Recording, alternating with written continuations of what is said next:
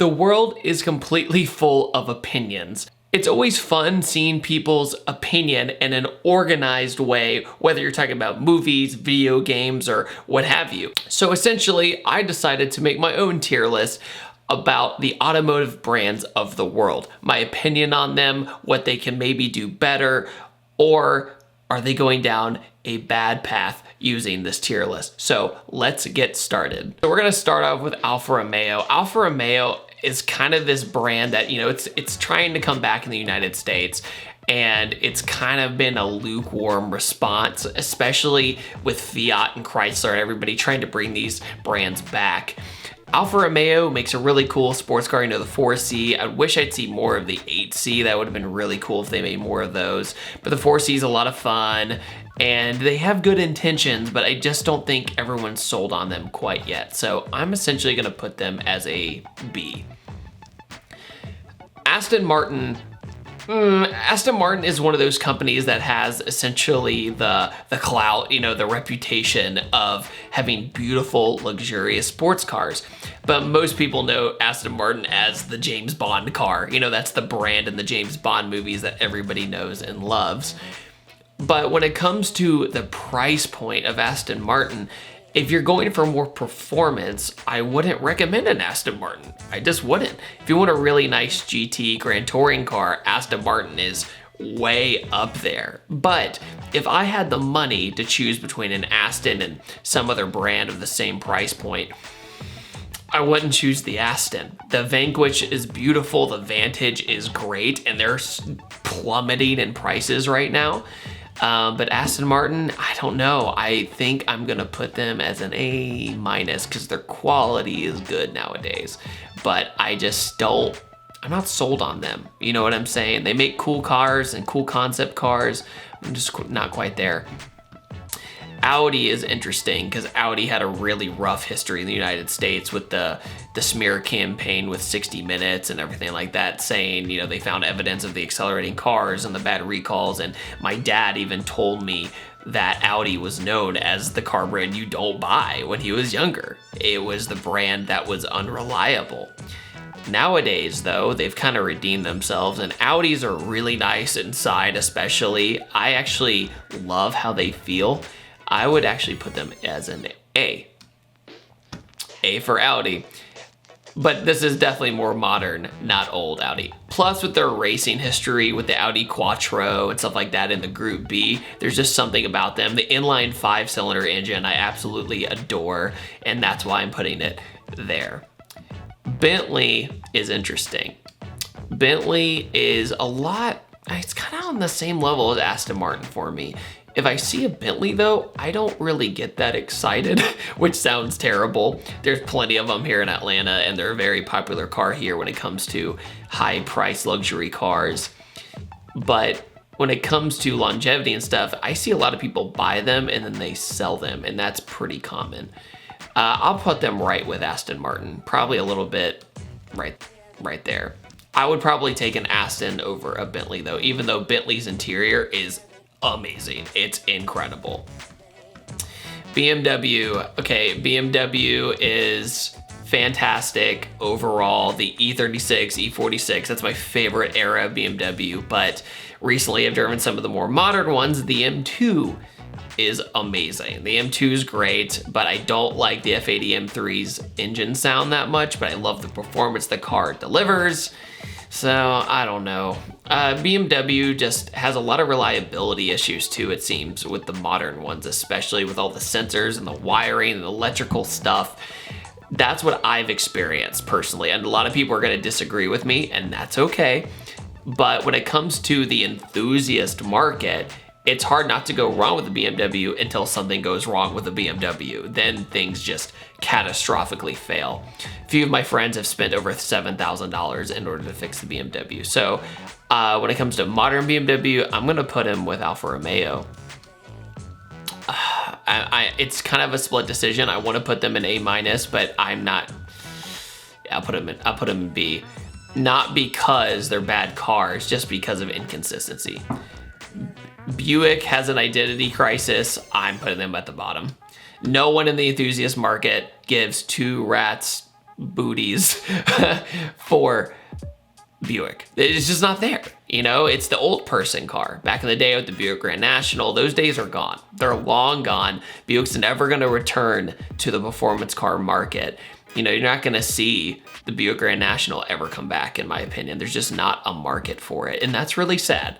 But business is business, especially when it comes to a lot of car companies making the last of their gasoline sports cars. Chevy, okay, Chevy, I would argue is top tier right now, but I don't like their commuter cars that much. So I would put Chevy in A because their Corvette, the C7, going into the C8, we don't know how the C8 is gonna be. The C8 is gonna be absolutely incredible. I think the mid-engine Corvette that we've always wanted, that Zora always wanted, one of the lead designers of the Corvette back in the day, it's gonna be an amazing car, but to the point where insurance companies aren't sure if they're gonna be able to insure it due to how high the horsepower is gonna be with a car. That's badass. So it's kind of like the Dodge Demon, right? When the Dodge Demon came out, Dodge had to figure out how to insure the Dodge Demon because it was so fast, so they didn't know what to do. Same kind of case with the C8, I believe, behind the scenes, is that they haven't unveiled it yet due to lawyer stuff, and that sucks, legal stuff. Chrysler, I'm putting down here. I just don't feel them. I'm putting them as a D. Chrysler just hasn't done anything big, in my opinion, aside from the other brands they own. But Chrysler as a whole, I do not get excited for. There's just nothing out there anymore. Like the Chrysler 300 SRT, one car out of your entire lineup. That's the only car I kind of go, I guess that's kind of cool. You know, it's a shrug. It's like, oh, that's cool. But when you have the option of getting more Mopar stuff out of Dodge, like the Hellcats, the Demons, the Red Eye, it's just overlooked. And that's how I feel Chrysler is right now. They're overlooked. They don't have a good track record for reliability, and they've been up and down for years. It doesn't really excite me. Citroen is just a car company. I'll just put them with Chrysler. It's just a consistent car company in Europe that makes economy cars, and I haven't heard anything horribly bad about them, but I haven't heard anything ridiculously good about them either, so I'm just gonna put them in D. Dodge is killing it right now. I have to admit it. I'll just place them here for now in A. But the thing about Dodge is they used to have a bad reputation, in my opinion. I would have actually put them all the way down here 10 years ago. I would have put them maybe in D or C because their interior sucked. They were unreliable. They were uninspired. All the grills looked exactly the same. All the cars looked exactly the same. Like, for example, the Dodge Avenger, that's not a good car, you know, and that was before they kind of got their crap together, before the Hellcats and all that kind of stuff. But nowadays, I would put them as, for enthusiasts, I would definitely put them as an A because they redid the Viper. The Viper's absolutely incredible. When I drove the TA 3 years ago, I didn't want to give it back. And now the ACR is another car I don't ever want to give back. It's that good. So I still think they have some work to do with their commuter cars, but you know, just the fact that they've done the Trackhawk and the Hellcat and all that, it's hard to argue against. For an enthusiast, they're definitely an A. Ferrari, you're gonna be, I think a lot of you guys are gonna be kind of shocked where I put Ferrari. I think I'm gonna put them as a B. Their driving experience is great. Their cars are a lot of fun to drive. But when it comes to actually like relations with the company, when it comes to my relationship with the company, I've never had a good experience.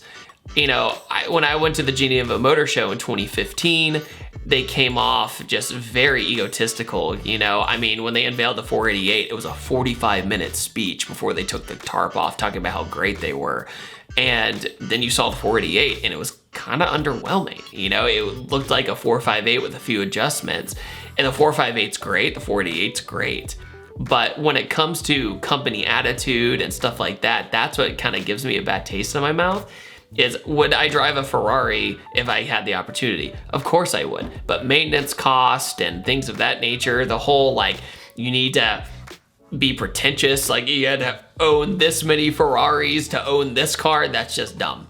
I think it's stupid. It's missed opportunity. I think business-wise, I understand they want exclusivity, but I just don't see that as a right to be a jerk. That's my opinion. I think them as a company, for the most part, when you talk to a lot of their execs at Geneva, I literally walked in there and a guy from Ferrari came up to me and said, "Sir, what are you doing here?" I'm not making that up. And what if I was like the richest guy on earth? You don't know.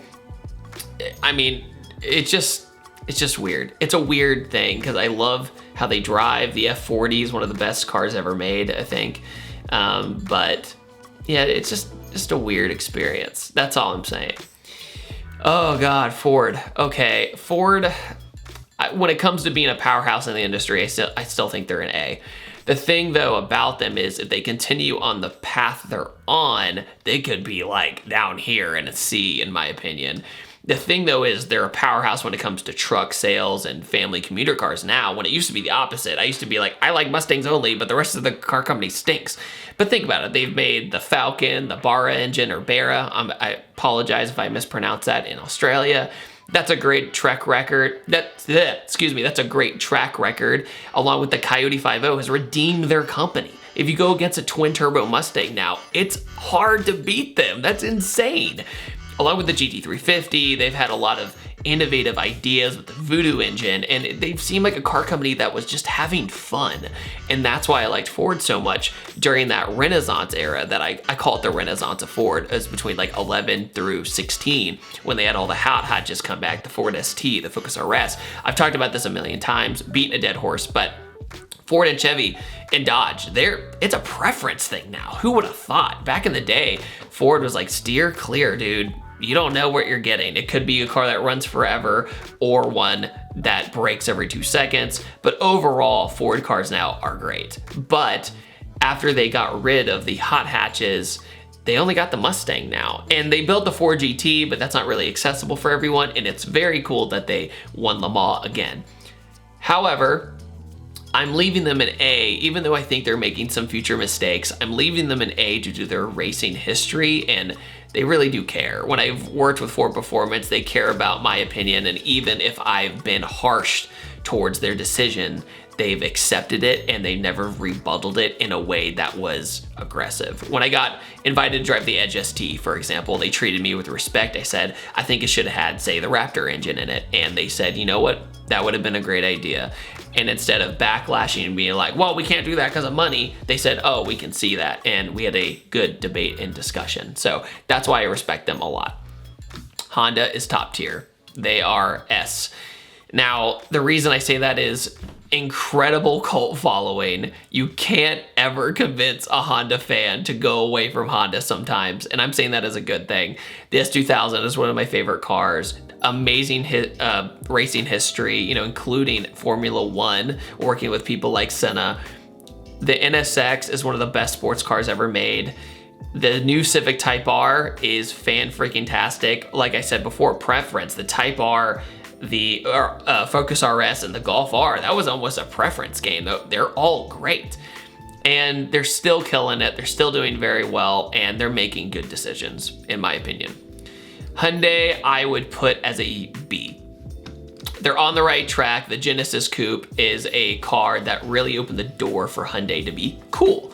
In the enthusiast market, I see at least 20 Genesises when I go to a big car event. It's insane. It's this insane mentality, like herd mentality with the Genesis. It's really interesting to see, but that's all I got to really say about Hyundai. Their Genesis sedan is also incredible. So those two cars I recommend from Hyundai.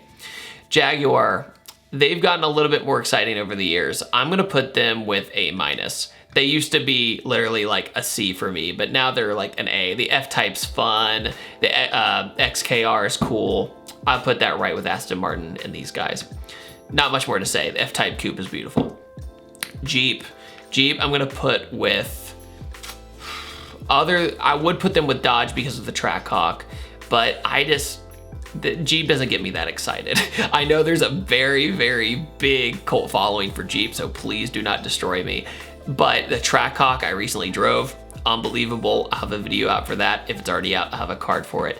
Man, I just see the Jeep Wrangler as an unreliable thing. And you're gonna say, but mine ran forever. I understand that, but we were constantly retching on them in high school. I just wasn't that big of a fan. Plus they're not very comfortable. The Trackhawk is the exception. The SRT8 Jeep was very cool too when people supercharged them. So Jeep it's just fine. You know, that's how I say it. It's just fine. See, Kia, I'm gonna put with Jeep as well. The Kia Stinger is a huge thing for Kia, but they're practically giving them away now. They can't get rid of them, which is really sad because I think they had high hopes for the Stinger. I've driven a Stinger. It was a lot of fun. Wasn't too shabby, but is it enough to bring them to the level of Hyundai? I don't think quite yet. I know that they're very similar brands, but Kia just needs to keep going. They'll be fine.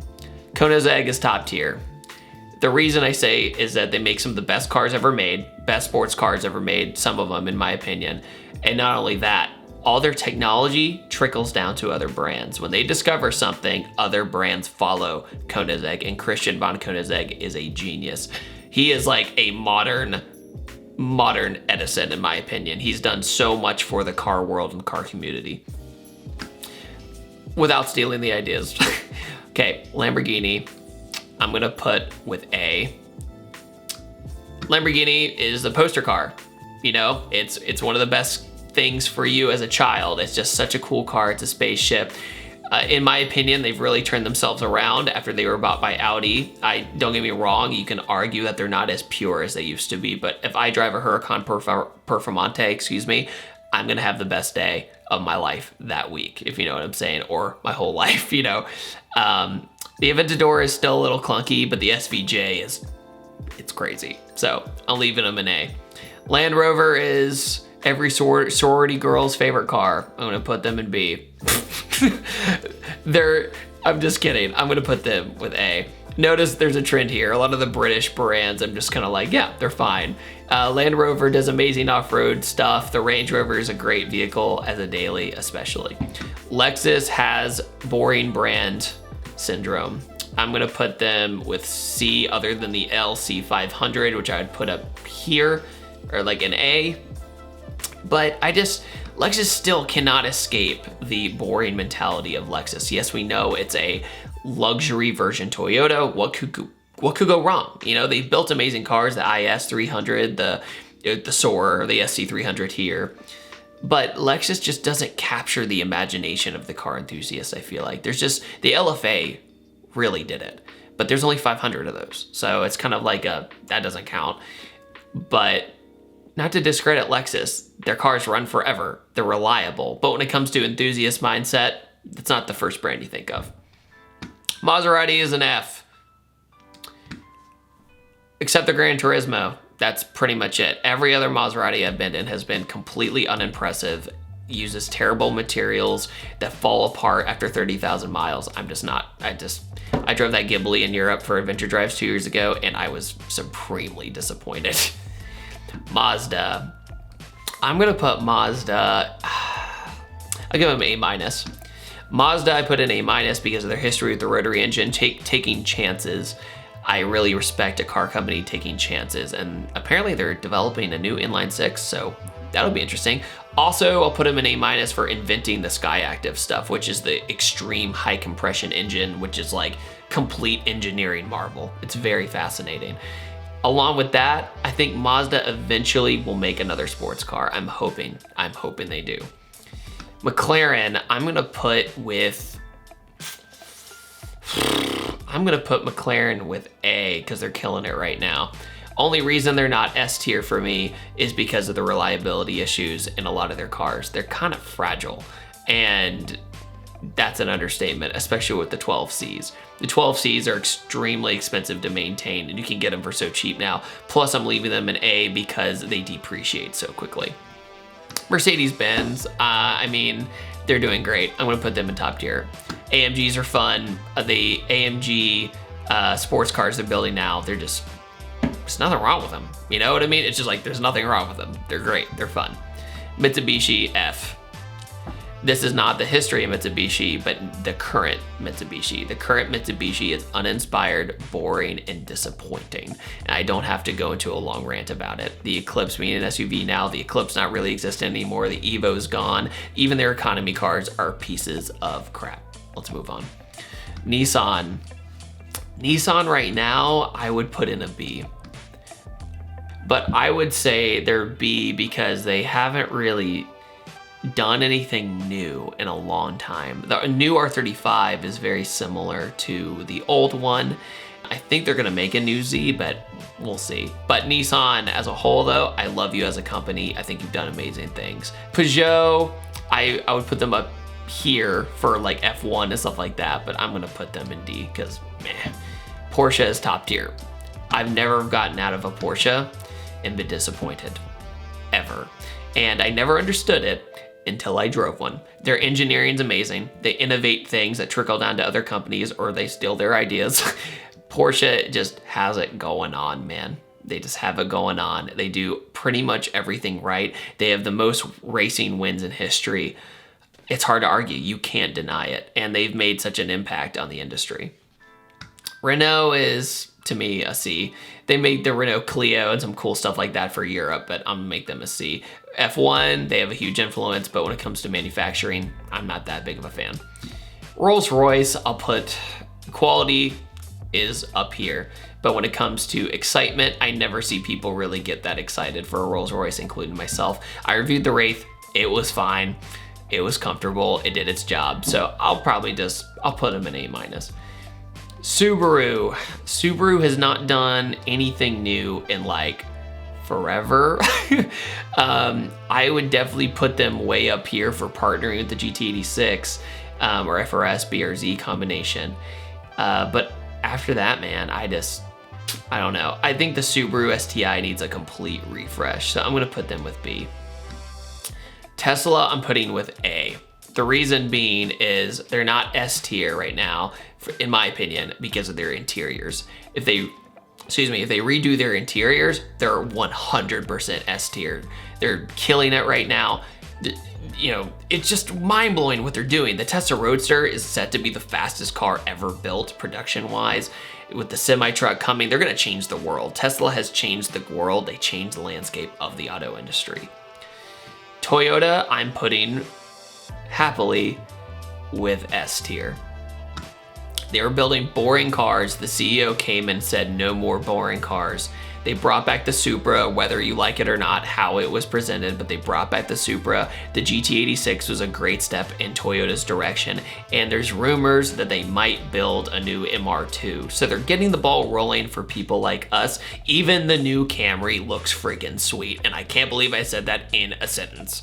It's amazing. Toyota, I'm proud of you for proving us all wrong and basically not building boring cars anymore. It's pretty awesome. Volvo is like one of those brands where you're just like, he's the guy who like finger guns you. He's just like, hey, I got it going on.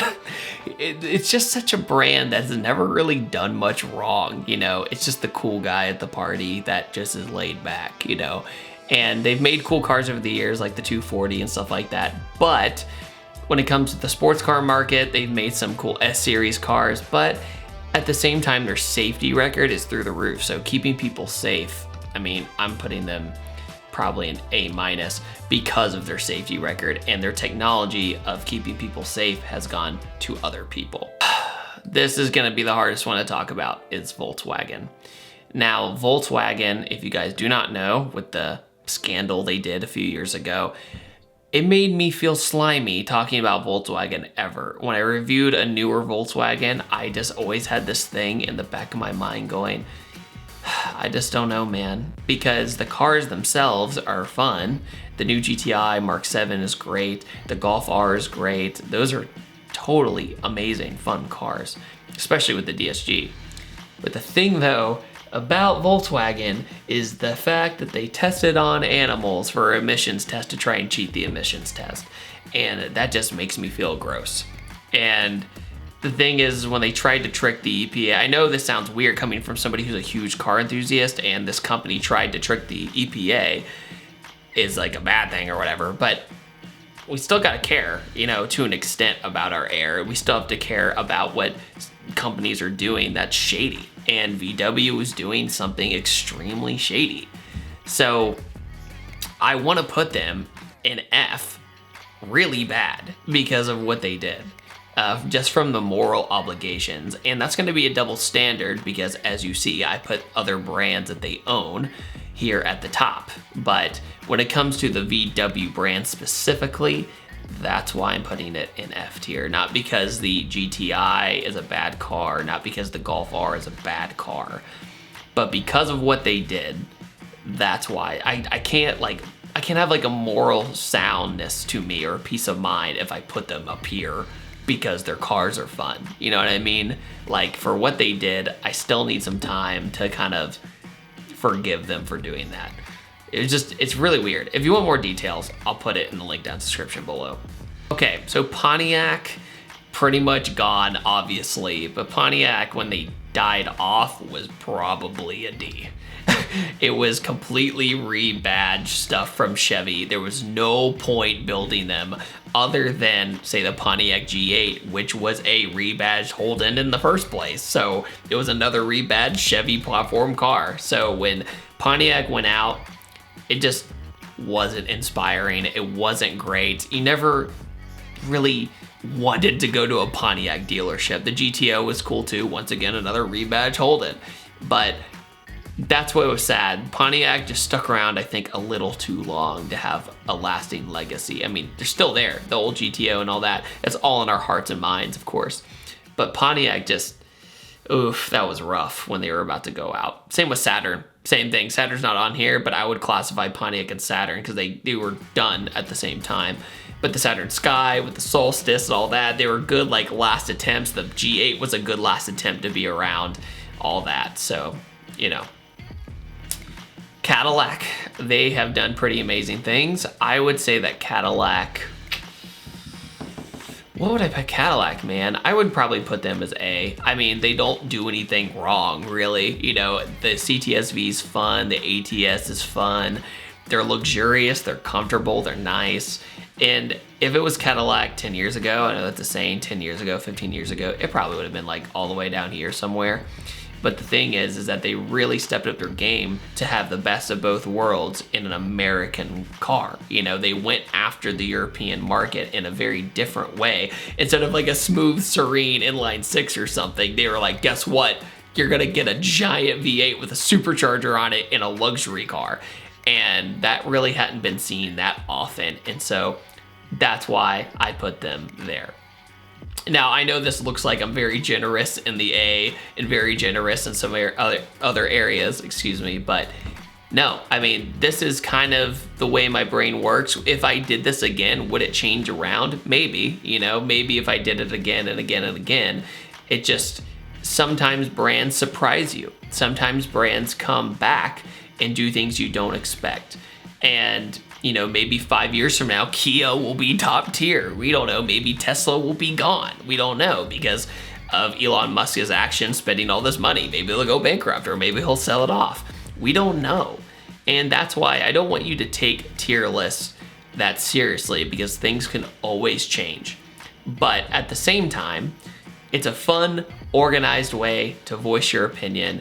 As you know, I'm a huge Nissan fan, but I put them as a B because of their current state. But when it comes to consistency, yeah, I think I'm gonna stick with this for a while. And if we do it next year and it's different, maybe we'll do it next time. Also, if you want me to do a tier list for anything else oriented in the auto world, please let me know and put your version of this tier list in the comment section below. I'd love to read all your stuff. Make sure to have a civil discussion, of course, and not, you know, go after each other. But on that note, guys, I upload every Tuesday, Thursday, and Saturday. And thank you so much for watching this video, and I will see you guys next time. Take it easy.